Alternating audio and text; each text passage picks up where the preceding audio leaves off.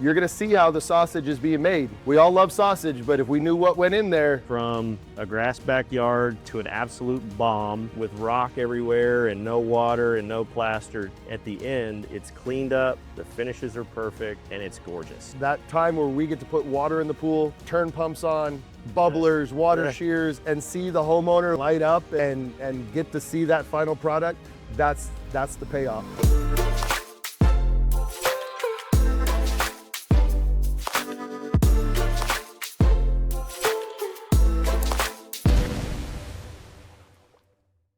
Eric, welcome, my friend. Thank you, sir. I'd like to welcome everybody out again today to another edition of our Denali Deep Dive Podcast. Have with us here today Eric Harlow. Eric is one of our fantastic superintendents here. Matter of fact, Eric is building my swimming pool right here. That's right. This is not my swimming pool though, but it's one of the projects that we are working on currently in Georgetown. We're on site in Georgetown, Texas. Had to rep today, wear my Georgetown hat. Georgetown is awesome. It's actually my alma mater in my hometown, so happy to be here with you, man. You're welcome. Today we're going to get kind of real. As you can see, you know, a lot of the times we're shooting these podcasts in front of a beautiful finished pool, sparkling body of water with water features running, and today looks a little bit different. We are experiencing what it looks like to have a pool project going on in your backyard. Wanted to talk today with you, Eric, about, 5 or 6 super important things to be aware of and what expectations you can have if you're going to have a pool project going on in your backyard. Yeah. So, and I try to explain to homeowners, especially, every once in a while we have projects where homeowners are not living in the home or something of that nature, and they just get to see the final project. But most homeowners get to see this on a daily basis. And I explain to them, like, listen, you're going to see how the sausage is being made.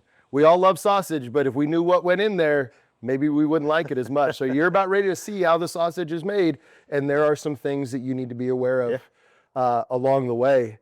The first big one is, however bad you think it's going to be back here, it's probably going to be worse. We always try to explain to the homeowners, like, a bomb is going to go off back here. And you can kind of see that behind us. You have open trenches, you have a big hole in your yard for a while, then you have a big hole with rebar sticking out of it, and then you have a big concrete hole, and it is an active construction site, and homeowners need to be aware of that. Grass is going to be disrupted. We try to protect trees and foliage as much as we can, especially when that's a priority to a homeowner. But otherwise, there is a path of destruction as heavy machinery comes in and out. There's piles of debris as we move from one phase to another. So it is an active construction site. From the time we start digging until we finally tell you you can swim, it can be a dangerous place to be. We say for small humans and pets, it's a dangerous place to be, but really for anybody, it's a dangerous place to be. But we also try to recognize it's exciting and everybody wants to see it and, poke around in it and get in the deep end and that kind of stuff. We always just advise people, like, it's an active construction site. Please be careful. Yeah. And it looks like an active construction site. We've got fences we're taking down. Normally you go downtown, right? And you have a construction site going on. That whole site's inside of a fence. Yeah. Right.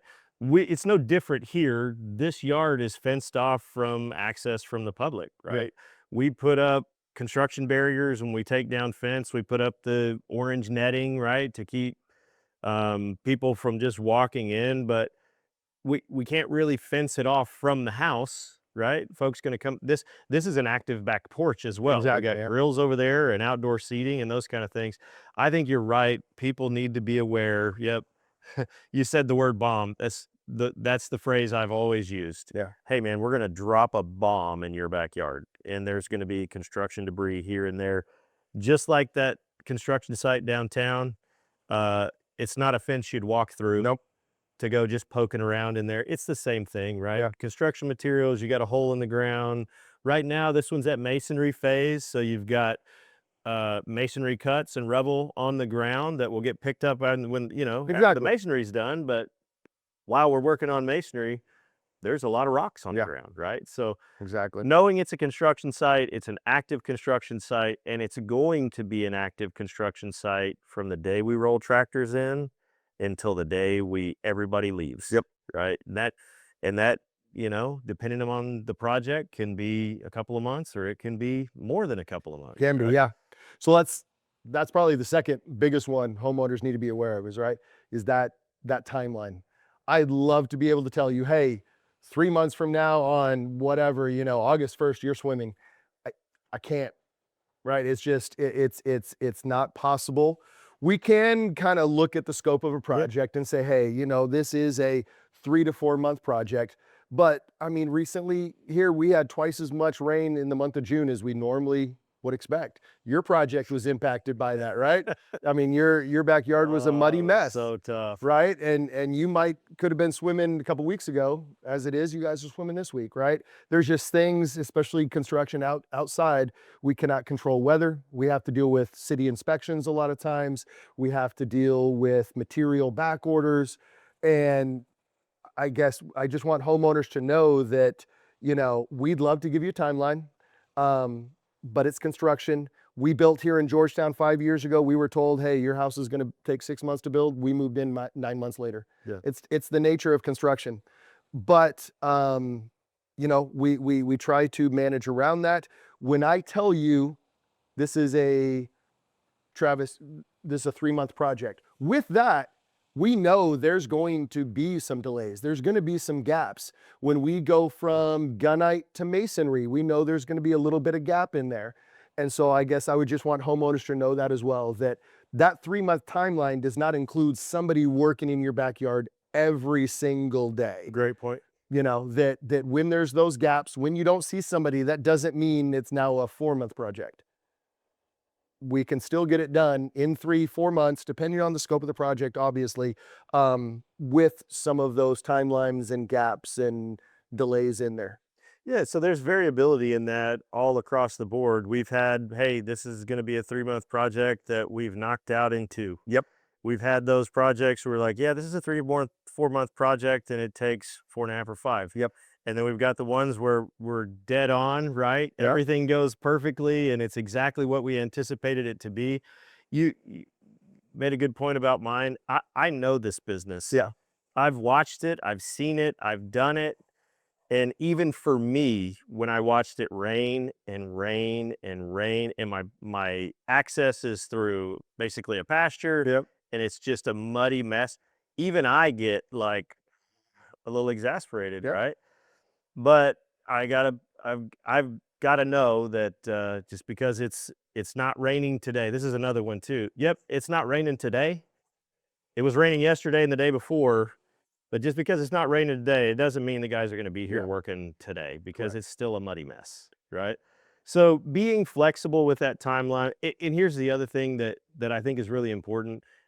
We don't just throw that to the wind and live by the whims of weather and subcontractors. Correct. We're driving. Oh yeah.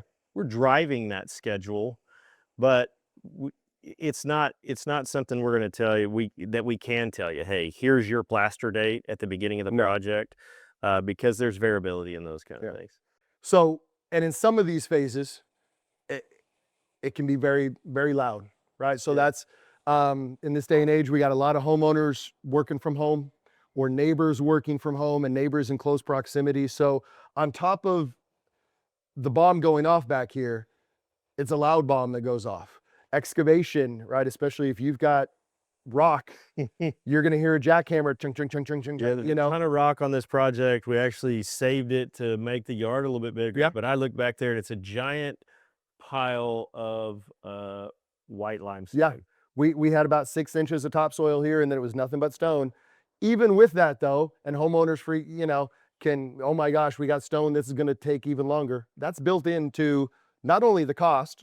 You could probably speak more to that, right? No matter what we find in that hole, the cost of excavation is cost of excavation, but also we've built that into our timeline as well, right? So if we have to spend an extra couple days chipping out rock versus just scooping out dirt, that's part of the timeline.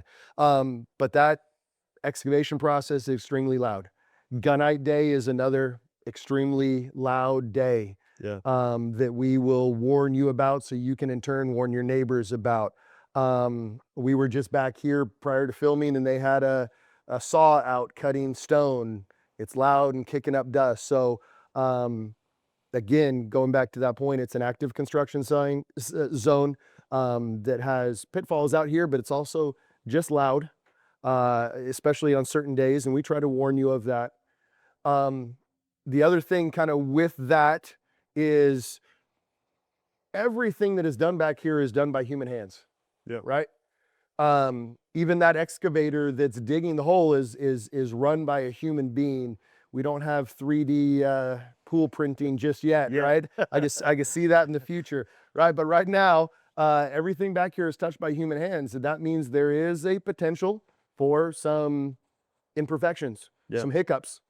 So I guess I wouldn't want homeowners to know that while we try to plan for a perfect project, on construction sites, inevitably some hiccups happen. Yeah. And when those hiccups happen, we will come up with solutions, right? We talk a lot about here at Denali about the 1-3-1 rule, identifying the problem, coming up with 3 solutions, and then coming with that one recommended solution of what we feel is the best. Yeah. Going back to active construction sites, it's like the activity is really heavy in spurts, then it may be a little bit lighter in spurts. It may be really loud for a minute. Some of it is not quite as loud. One of the things I was thinking about of activity at my project specifically is the coming and going, like the route in and out. We typically try to say, hey, this is the path in, this is the path out. Don't make a bunch of paths in and paths out. But there's trucks at my house, there's trucks. There's gunite trucks waiting for other gunite to pour out. I had a giant boom pump to pour my concrete. Like, we're setting up big equipment that it doesn't just affect this house, right? We've got concrete trucks kind of staging and lining up the roads. It's important that, and that's why we get HOA approvals. That's why we get neighbor, authorizations and letters and those kind of things, because it's important to know, like, there's going to be a lot of activity going on, in and out, coming and going, and those kind of things. Going back to made by hands, I think a perfect example of that we see a lot. Like, this pool is flagstone, so it's not perfectly shaped pieces, and you don't see it on this front side because there's going to be decking here. But if we were to go around the back side of that pool, it's all pieced together stone, right? Yeah. I don't have flagstone, but I have stack stone. Stack stone, 4-6-8 stack stone at my house.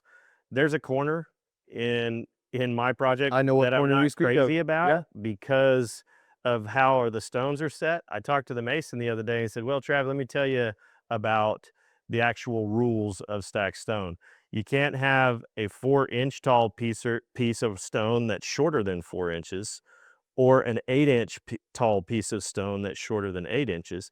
That's kind of the rule of thumb. And so we had to do some special things in that corner because the concrete drained to that side. And so to make up the 18-inch tall wall around there, we had to get a little creative. I know that doesn't look exactly like the rest of it. That's what we had to do to make it work. And I'm like, oh, makes sense. Yeah. So you see things like that and you go, well, it doesn't seem like that is exactly like the rest of it. Well, it's not exactly like the rest of it, but I had to ask the question why in order to understand.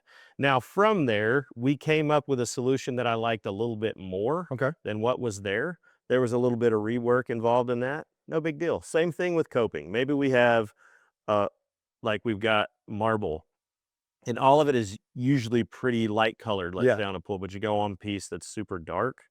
If we put that piece down and it just doesn't look right, 9 times out of 10, the masons are going to take that one out and replace it before I ever even know as a homeowner. But there are going to be situations when you look out there and you go, that's a head scratcher. Why? Superintendent. That's what we're here for. I mean, that's literally our jobs, right? Is to answer those questions. Sometimes the answer is, oh yeah, let's fix that. And sometimes there is a detailed explanation. Listen, this is why we need this to work this way or that way, right? And then either the homeowner is happy with that and okay, I understand, or I'm still not happy with it, and we try to work on a solution that works for both, that we're meeting the requirements of the pool and its structural integrity, but we're also trying to give the homeowner its, their requirements in terms of aesthetics. Aesthetics, right? Yeah, great. So we've talked a lot about, bombs going off and timelines and everything. How is a homeowner supposed to know all this? It's my job as well, right? Communicate. Correct. And that is, I always tell all my homeowners, right? One of my biggest sources of frustration is when I was building our new house. I distinctly remember we were told one time, hey, drywall is going in this week. And we showed up on a Sunday to check out progress, and there was no drywall, but there was also no communication as to why there was no drywall. Right. And that was frustrating for me as a homeowner. Right. So here at Denali, we believe in communication, specifically with daily texting. Right. So homeowners working with Denali pools should expect to hear from their superintendent from the time we start digging until you're swimming in your pool every business day. Now, sometimes those updates are, it's raining cats and dogs, no one's working at your place, right? But at least now you know, right? But we like to have those open lines of communication. Not only you're getting updates from me, hey, this week is masonry, but it's also an opportunity for them to shoot back questions to me. Hey, what about this weird piece of coping? Hey, what about this? And we try to keep those open lines of communication because some homeowners are home and I stop by and have a 20-minute conversation with them and update them on this. A lot of people are working, and the only connection they have to this pool and what's going on with it is that daily communication to me. So that's something that we pride ourselves on and feel that takes a little bit of the sting of construction, right? Takes away a little bit of that sting. It's still construction. There's still hiccups. There's still delays and that kind of stuff. But at least you'll know why, what's going on. Somebody talking to you all the time. One of the things that you've done with our project that I really appreciate is that text a lot of times will include, a picture, but usually you'll walk around, do a quick video, talking to us. And to me, that's great. I'm in the office working. And I get to see what's going on in my house, right? And I know what's going on today and who's going to be there, who was there, and the things that got done. So that communication, I think, is key. Like you said, it definitely puts sometimes the worried mind, right? Like what is going on back here at ease, because you know that somebody else is on it. You know the superintendent's looking at it. He sees it, and he's telling you exactly what he's got going on in the backyard. We try to tailor it, or at least myself, try to tailor it to my homeowner. If I just had a 20-minute conversation with them out back, I'm not going to send them pictures and videos. Right. I'm just going to, hey, good seeing you today. Let me know if you have any, questions, concerns. But if I know somebody's at the office, if I know somebody's traveling, you guys were traveling for a while, right? And they're away from the pool and they're not seeing it, I try to include pictures, videos, and that kind of stuff and tailor that communication to the needs of the homeowner. You should be expecting your superintendent on site on a regular basis. Might not be daily, and it's more in certain phases and less in other phases, right? But I am the boots on the ground. Some municipalities require inspections, pre-gunite pour inspections, site inspections, final inspections. That's great, and we comply with all municipalities and permits and requirements and everything, but internally, I have quality checkpoints and inspections. Over and above those minimum requirements for the cities. Whether I have those city inspections or if it's a non-permitted job out in the country, we are going to do those quality checks, right? Once there's a hole in the ground, I'm taking measurements and depths and all that kind of stuff to make sure we hit all of our benchmarks for that excavation. When we put rebar in there, when we put rough plumbing in there, I'm checking that to make sure we have hit everything that is in your contract and on your build, right? And so you should expect to see me on site on a frequent basis. So if I'm on site on a frequent basis and I'm doing those inspections, hopefully that's giving the homeowner some peace of mind that somebody who knows what they're doing is checking it out. And I'll go beyond that to say, peace of mind. So peace of mind, yes. You and I know swimming pools, right? You know how to build them. You know a ton about them. I've designed them and sold them and swam in them. A lot of times clients, they're looking at something that they don't know, right? They're not maybe they've never built a swimming pool before. Most haven't. No. So they're not super familiar with, how it's supposed to go and what it's supposed to look like. We are. Yeah. That's why they hired the experts to come in here and do it. So aside from giving some peace of mind, when those things happen, when we're looking at the finishes, not even just the finishes, let's back way up from the finishes of the bones. Yeah. When you're inspecting the bones to the plans and to the design and to the specs and to the finishes, the finished project is exactly what it's supposed to be, which is beautiful. Something that's built to last literally for decades and decades. So I think that's the big difference of having someone who knows what they're doing, that's boots on the ground and eyes on the job all the time, is the finished product ends up being exactly what it's supposed to be. Yeah. It's what the homeowner contracted with us to do. It's what we promised we would come in and do, which is build this masterpiece in their backyard. And when it's finished, it goes from a grass backyard to an absolute bomb with rock everywhere and no water and no plaster. At the end, it's cleaned up, the finishes are perfect, and it's gorgeous. Yeah. And that's the payoff for me as a superintendent, right? That time where we get to put water in the pool, turn pumps on, bubblers, water shears, and see the homeowner like light up and get to see that final product. That's the payoff, right, for us, of 3-4 months of hard work and sometimes holding hands through the project and telling them it's going to be okay and reminding them, hey, you're seeing how the sausage is made. Trust me, when we get there, it's going to be awesome. And that's the payoff when they kind of finally walk out that backyard, see the pool fully functioning, and they're happy. That's it. That is the payoff. Yeah. Well, appreciate all you do, Eric, on all your jobs to sir. make sure that what we promise we deliver. We could not do it. We could never make this happen without superintendents like you. So we appreciate what you do, all your hard work and your tenacity, your attention to detail, and that's what it's all about. If you've got a pool project going in your backyard, know that it's an active construction site. Know that it's going to get worse before it gets better, but in the end, it's going to be beautiful. It's all made by hand, by people, right? But we're going to be there to talk you through it, to communicate with you, and at the end of the day, make sure that it's built how it's supposed to be so that Eric gets his payoff of seeing smiling faces and these homeowners get to have this beautiful project in their backyard. Yes, sir. Thanks again, Eric. Guys, if you like what we're bringing to you, Eric is a fantastic superintendent. We've got a lot of great guests that give us some great insight. We're learning together. Hopefully we're bringing you some good info that helps you learn more about what we do and why we do it. We want to keep doing that, so give us a thumbs up, give us a like, subscribe, and we promise we'll keep bringing you great content.